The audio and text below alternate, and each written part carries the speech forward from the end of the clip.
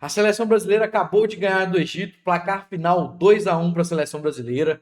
E foi o último amistoso da seleção antes da Copa do Mundo. Então foi a última partida de preparação, de testes e etc. Antes de a gente disputar de fato a Copa do Mundo. E eu tenho algumas opiniões aqui, né? Assisti a partida inteira, tenho algumas opiniões para poder apresentar para vocês aqui sobre o que eu vi. Também tenho algumas opiniões aí sobre o time, esquema tático, jogadores, enfim. Antes de a gente falar um pouco mais sobre isso, gostaria de pedir a todos que estão acompanhando nosso conteúdo para já deixarem um like aqui no vídeo, se inscreverem no nosso canal, ative o sininho para receber notificação dos próximos vídeos e continue acompanhando nosso conteúdo. Lembrando, Copa do Mundo, Seleção Brasileira, tudo, a gente está trazendo tudo aqui para vocês, então fica ligado aqui com a gente e vejam bem. Bom, começamos aí com um time, né, com algumas novidades, né? Douglas Santos veio para a lateral esquerda, Paquetá de titular, Igor Thiago lá na frente, né, como referência, camisa 9 e o Ibanez, né, veio para essa zaga no lugar do Gabriel Magalhães, que jogou 120 minutos da final da Champions League, então provavelmente estava um pouco desgastado ali. Ancelotti tinha falado na coletiva que ia mudar todo mundo no segundo tempo e provavelmente ia manter o Rafinha e o Bruno Guimarães por um tempo a mais, por estarem voltando de lesão, mas ele não conseguiu manter o Bruno Guimarães aí porque ele teve que trocar o Danilo, né?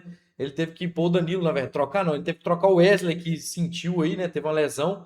Vamos ficar na torcida para que não seja nada. A gente viu o Wesley chorando ali no banco, né? Então, assim, provavelmente foi algo mais sério, mas vamos torcer para que não tire ele da Copa, tá? Então, assim, lembrando que a gente não tem muitas opções disponíveis para lateral direita. Era um setor que a gente já vinha tendo escassez, já vinha reclamando um pouco. Então, enfim, de fato, o Ancelotti não conseguiu deixar o Bruno Guimarães um tempo a mais, porque ele precisou de tirar o Wesley logo no primeiro tempo para pôr o Danilo. Né? Então, no segundo tempo, ele trocou ali, todo mundo manteve o Rafinha por um tempinho a mais. Depois trocou o Rafinha também, colocou o Martinelli e também trocou o do Alexandre, né? Colocou o Alexandre no lugar do Douglas Santos. E assim, só o Ryan que não jogou, acredito eu, o Gabriel Magalhães. Ryan, Gabriel Magalhães, Neymar Júnior, né, não vieram para o jogo aí, no fim das contas, e nem Ederson, né, que jogou na última partida, essa foi o Everton, que foi o testado. Né, o Ancelotti, se não me engano, foram 10 ou 12 jogos à frente da seleção brasileira, me fugiu o número agora à memória, e todos eles com escalações diferentes, né? Nenhum ele repetiu escalação, né? Então, assim, foram todos períodos de teste aí, e agora, de fato, acabaram os testes.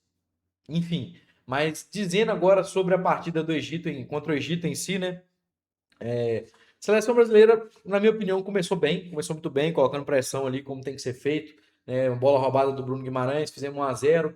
E, cara, naquela falha do Marquinhos ali me entristece um pouco.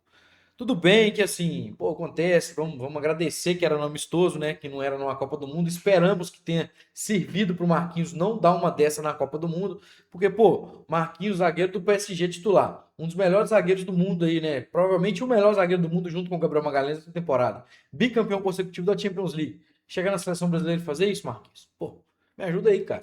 Me ajuda aí, irmão. Sim, eu confio pra caramba no Marquinhos, eu acho ele um ótimo jogador, mas isso não pode acontecer na Copa, certo? Isso não pode acontecer na Copa.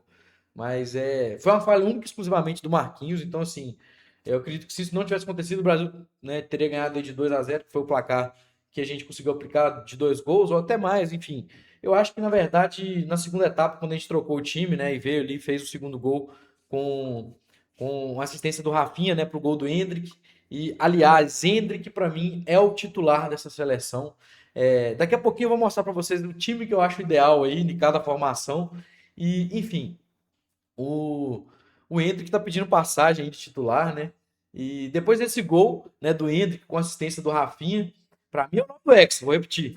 Eu acho que o Brasil deu uma retrancada ali. E o Egito, sim, na minha opinião, o Egito também não estava jogando muito bem. Lembrando, galera, não desmereçam o Egito. O Egito é uma seleção boa, não é uma seleção fraquíssima a nível do Panamá, tá? Então, assim, foi um bom teste para a gente jogar contra o Marrocos. Obviamente, o Marrocos é melhor que o Egito, mas o Egito não pode ser desprezado. Né? O Salah teve uma má temporada ali no Liverpool, mas eles ainda têm ótimos jogadores. Salah, Marmoush, enfim. Eles têm ótimos jogadores assim, não pode ser desprezado, certo? Então acho que a gente fez um jogo bom no primeiro tempo, mas acho que a gente jogou ali por volta de uns 60 minutos, que foi até a gente fazer o 2-1 ali e depois a gente parou de jogar. Eu não sei se foi a mando do Ancelotti, né, tirar essa essa intensidade por conta de já ter o Wesley ter se machucado ali, por medo de perder mais alguma peça, né, antes da Copa do Mundo, faltando muito pouco tempo. Então pode ser que tenha sido isso, né? A gente fez o gol ali e tal, é uma preparação, é um amistoso. Então, pô, jogo que tá tranquilo. O Egito em si mesmo não criou para cima da gente. O gol deles foi de uma falha do Marquinhos, único e exclusivamente sozinho do Marquinhos. Então, o Egito mesmo não criou. E me surpreendi, porque, como eu disse, o Egito não é uma seleção fraca e achei que eles em si também tiraram um pouco o pé a toda a partida.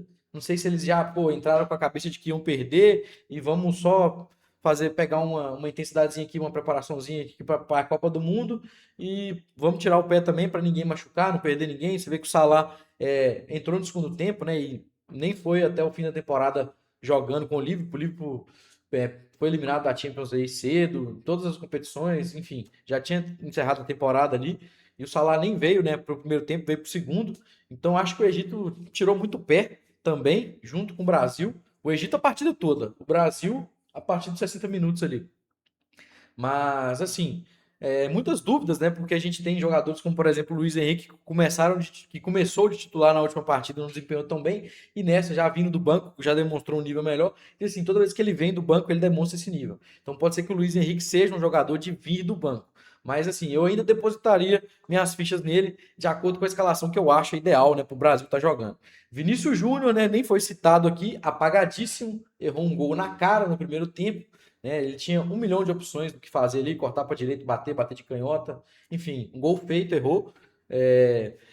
Rafinha, eu estava achando apagado, mas depois eu já acho que no segundo tempo ali ele pegou o ritmo ali, né? Enfim, deu assistência para o Endrick.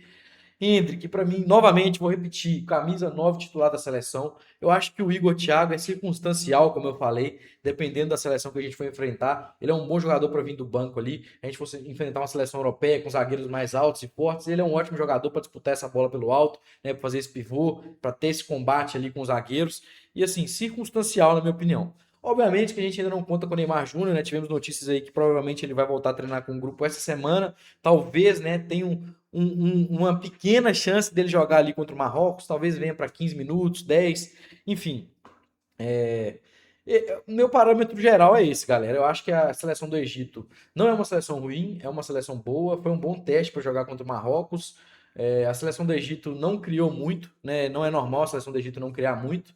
E assim, o Brasil, pô, eu acho que foi o último teste do Ancelotti aí. Acho que agora ele pode definir essa escalação titular dele. Eu tenho uma opinião da escalação que eu teria como titular, que eu vou trazer aqui para vocês. E assim, eu vou até deixar aqui do lado, né, essa primeira escalação no 4-4-2-4, né, que é o sistema que o Ancelotti teve aí contra o Panamá, que a gente entrou contra o Panamá jogando.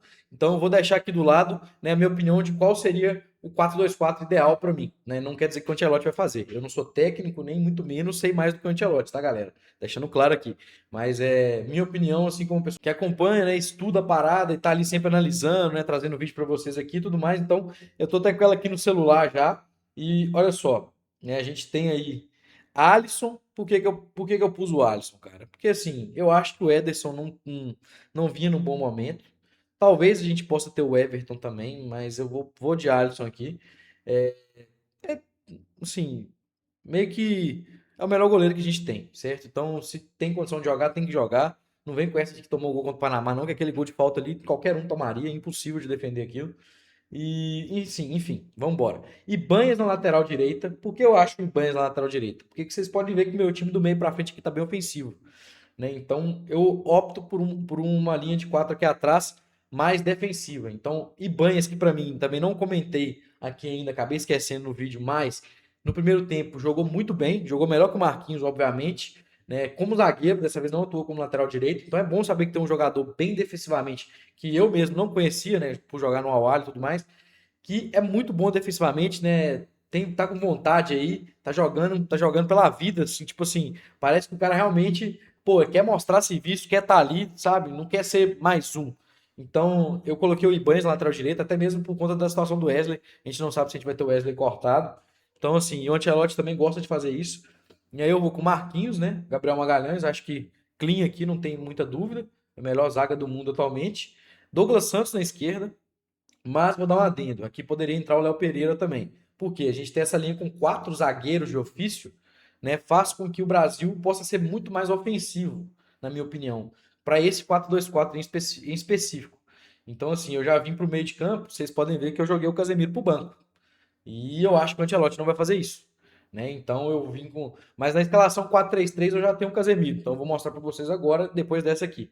Eu vim com Bruno Guimarães, Danilo. Para mim, Danilo tem que ser titular, né? Tem que ser titular com certeza. Paquetá pediu passagem no jogo contra o Panamá, mas nesse contra o Egito, que já é uma seleção mais forte, achei muito apagado. Então, assim, o nosso nível não vai ser Panamá e Egito, vai ser acima ali. A gente vai jogar contra Marrocos, vai jogar contra Escócia e só o Haiti que é mais abaixo na fase de grupo. Então, enfim, eu iria de Bruno Guimarães e Danilo aqui nessa condição. E lembrando, isso aqui é contando com o Neymar, tá? Sem contar com o Neymar, eu ainda colocaria aqui no lugar do Neymar nessa escalação, eu colocaria o Ryan. Mas eu também sei que o Ancelotti não vai abrir mão do Vinícius Júnior, né? Ganhou 2 Champions com o Vinícius, né, gosta muito do Vinícius. Vinícius Júnior não é banco na seleção nunca. Então, enfim. Mas vamos aqui no meu 11 ideal, tá? Na minha cabeça. Rafinha pela esquerda, que eu acho que é onde ele desempenha melhor, onde ele joga no Barcelona ele joga aí, né? Neymar Júnior e Endrick centralizados, né? Fazendo o Neymar fazendo esse falso 9, enfim, os dois tendo liberdade para pisar e sair da área, circular. E Luiz Henrique eu ainda daria esse voto de confiança na direita, né? Podendo vir o Ryan também, enfim, do banco.